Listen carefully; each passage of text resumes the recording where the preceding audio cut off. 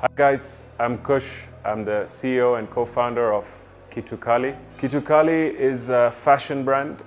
It means hot stuff, and as you can see from the products, we use vibrant African fabrics in apparel and footwear. The main core of the brand is to employ local craftsmen from the Kibera community, bring them into our workshop, train them, and give them the tools and skills to create these wonderful products. We started in mid-2018, and it's been quite a journey since then. We started as just an online brand and focusing on the Kenya market. We sort of built the brand over 2018, 2019, 2020, trying different things, seeing what works, seeing what doesn't. And we managed to get quite a bit of traction here in Kenya, and we used all the learnings and everything to then push the brand in UK, Europe, and the US.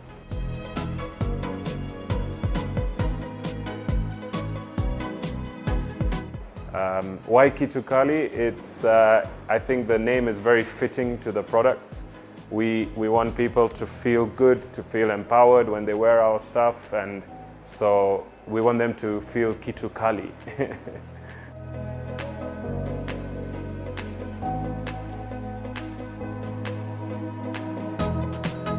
The journey started, obviously, when we started 4 years ago. It started with one of my partners at the time, who's also from Kenya, had visited Kenya and found something similar like this in a small market, and he bought about 5 pairs for himself.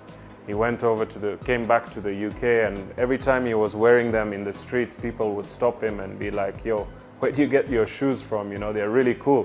And so he decided there's something here, there's something about this business, and he started talking to me about it, and we started digging into the story of, you know, where the shoes are made, and the people on the ground were like, these shoes are made in Kibera, and you know, we were shocked by that because obviously we knew about Kibera growing up, but we didn't realize there was craftsmanship and so much talent that existed in Kibera. And because we didn't know that, you know, we thought, okay, how many people in Kenya or in the world would know that communities like Kibera have a lot of craftsmanship and talent, but it wasn't being shown to the world. So we decided to create this brand that not only sells really cool, vibrant stuff, but also impacts the communities that we work with from the Kibera community, but also sourcing our materials. We only source from local markets, local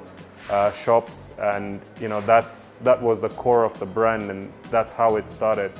So we started as an online brand. We used Instagram and Facebook to build the brand, to get the awareness out, and it was self-funded since we began. You know, we had savings, and we just used those savings in the business for the first 3 years. And last year, it's when the business really started taking off. We needed a lot more capital to build the business, to become more efficient, to open the stores, and so we managed to raise some investment from external investors at the end of last year, and that's really helped us to sort of get to where we are today.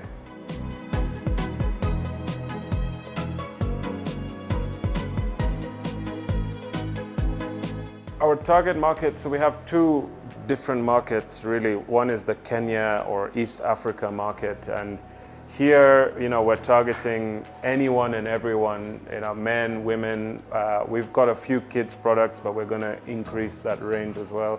But it's anyone that's sort of looking to, you know, be different and stand out from the crowd, and wear something that's vibrant, and to make a statement wherever they go and feel confident and empowered. So it ranges from anyone in their young, you know, early 20s to late 50s. It's anyone and everyone, really. That's our market.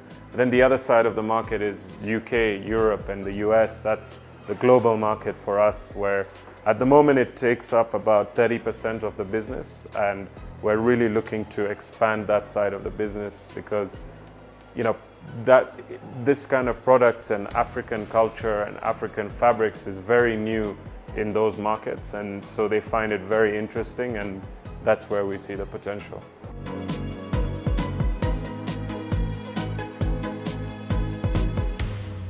Our first product we started with as a brand was footwear.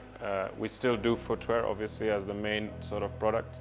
This is one of the few styles that we started with. It's a sort of vibrant, full tribal material that goes on top of the shoe. Then, with time, we had customers asking us, oh, do you do t-shirts, do you do clothing? And it was actually at an event, we were at a pop-up event here in Nairobi, and the staff were wearing t-shirts, and the t-shirts just had the Kitukali logo on it. And a lot of customers were like, we want to buy this, do you sell these, do you sell these? And that's where we thought, okay, people love the brand and they want to wear something that's Kitukali. So we then sort of launched hoodies very recently. We have the polos, t-shirts, and everything we do has a touch of the African fabrics. It's not sort of too vibrant, but it's also it's enough to show that it's on the piece and have that look and feel.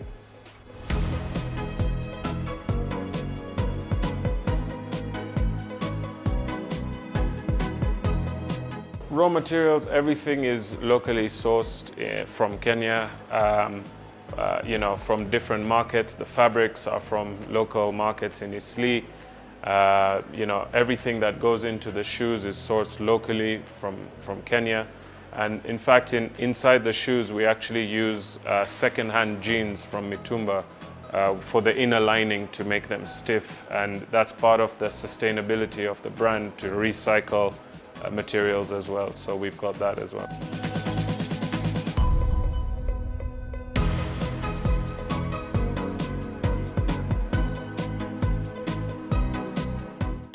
The challenges, there are many challenges in this kind of business, from sort of cash flows and financing to marketing and how you grow the brand and how you push the brand out there.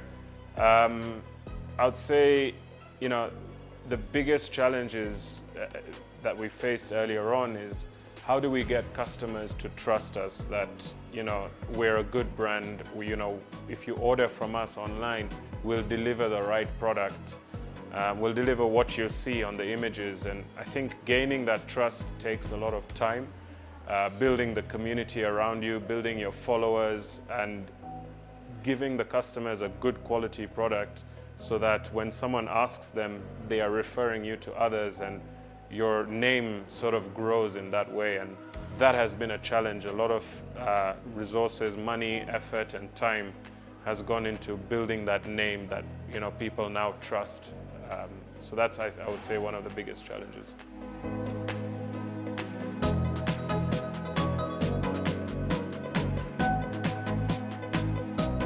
What motivates me to keep going every day is the team. So, we employ people from the Kibera community, and these are people that rely on us every day to come in, grow the brand, so there's enough demand, and we continue to employ them with fair wages and all. And, when times are tough, I always think, like, what would happen to my team? What would happen to them? The Kibera guys that we employ, if things don't work out, then it's a sad situation, and sort of that's what keeps me going every day. Come in, grow the brand, build a business.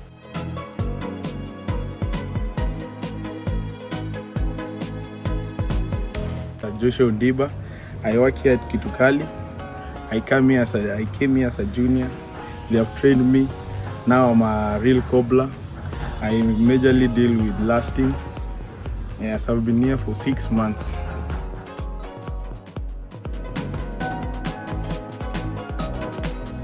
Nijoin Kitukali nilikuwa na hustle tu kidogo, nikapata wanafanya kazi poa kudesign viatu. Mimi nikiona Kitukali venye na provide employment to watu wetu kutoka Kibera, wanafurahia sana. Outside of that, it's also just growing something unique, something that very different, and being able to convince customers to buy from us every day, and every time we launch a new product, they want to buy it. I think that's something special and something that motivates me to keep going.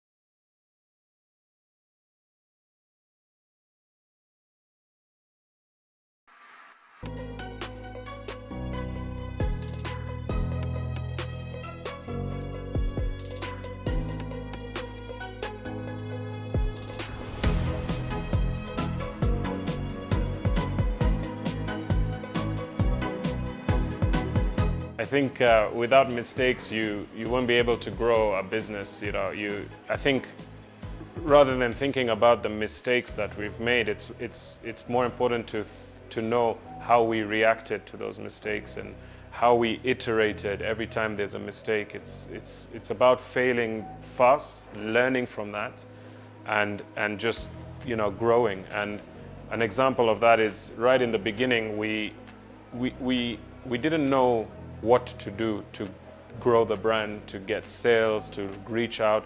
We spent money in the wrong places. We did pop-ups that were really expensive, but people were not going there to shop. And that was a learning that don't just, if someone tells you that there's this really good event, there are going to be thousands of people, you'll sell thousands and millions worth of goods, don't just believe it.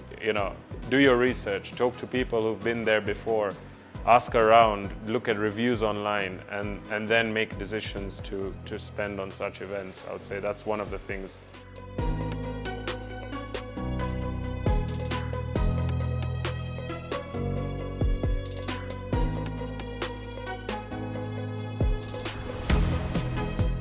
Being an online business, initially we relied heavily on social media to get the name out, to grow the brand. I think it's not just about pushing ads on social media. You have to have a strategy. You have to have content that backs up your strategy.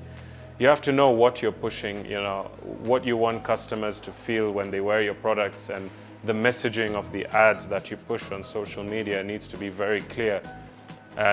And then spend the money to push the name out there. Don't expect to spend 100 bob a day on advertising and get 10,000 in sales a day. It just doesn't work like that. You have to be ready to spend the money on marketing, on content creation, on branding and strategy to then get the word out there.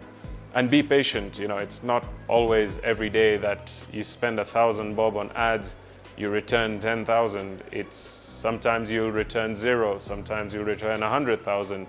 It's just about being patient, doing the right things, learning, and using data everywhere. In every decision you make, it's about using the data that you see to advertise, to optimize, and to push the brand in the market.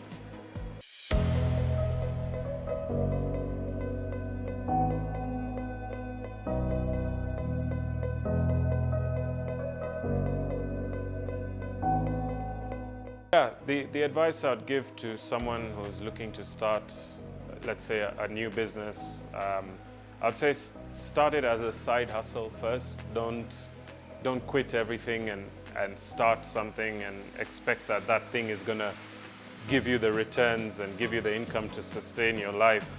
Unless you have a lot of money, then yes, you can, but I would say continue with your day job and take your extra hours that you have in the evenings, on the weekends, to work on your idea, to get feedback from customers, to build the business at a point where you see that it's making enough money to sustain yourself, then quit your job and focus on it. But also be very realistic. An idea that you think is going to blow up and make millions might not be an idea that the customers care about. So yes, you believe in your idea, but talk to your friends, talk to your family, tell them to be very honest, because sometimes your friends won't be honest with you, but get an honest opinion about what you want to do, whether they think it'll work, and then start testing it. And then eventually, you'll see the feedback from clients. As you grow your sales, you'll know that your business is appealing to people. So then keep going and put your focus in it, and yeah, just go for it.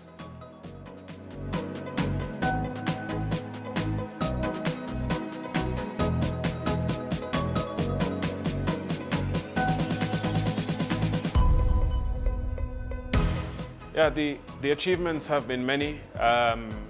Since we started, I think even just launching the brand and taking that leap was an achievement in itself. Getting our first paying customer, that was an achievement. The small wins are all big achievements for me. But through the years, we've become a recognized brand here in Kenya. A lot of people know us, and when I go out into the malls and I see someone wearing our products, to me that is the biggest achievement. It's someone wearing our products out and about, and I've seen that, so that's a huge achievement. And then getting the investment from two external investors, they're not family or friends, who believed in the idea, who believe in it and wanted to put their own money into it to help us grow. That's a huge achievement. And lastly, the most recent one is the stores. Opening a store in a mall is quite a lot of work and involves a lot of risk. And we managed to open 2, so I would say that's another big achievement that we've had. The long-term plan for the business is really to become a globally recognized business outside of Kenya, outside of East Africa, in Europe, in US, in UK. The plan is to just show the world, that Africa has a lot of talent. Africa has a lot of culture and vibrancy to the stuff that we do here. And I want everyone across the world to know that, to wear our products, to feel good when they wear our products, and to just continue building the business, whether it's opening new branches, opening up new markets in new countries, just continue the growth whilst keeping quality, design, innovation, the core of what we do in the business,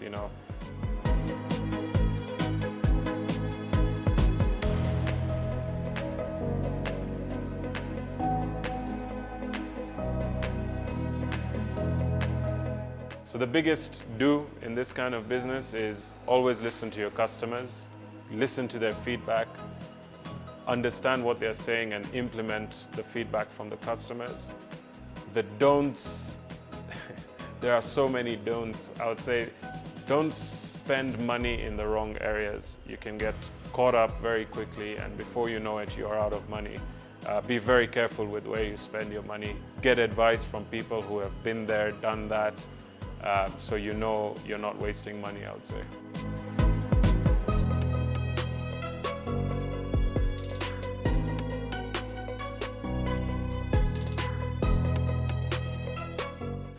Kitukali can be found online anywhere. You Google Kitukali or kitukali.com or @Kitukali on Instagram and Facebook.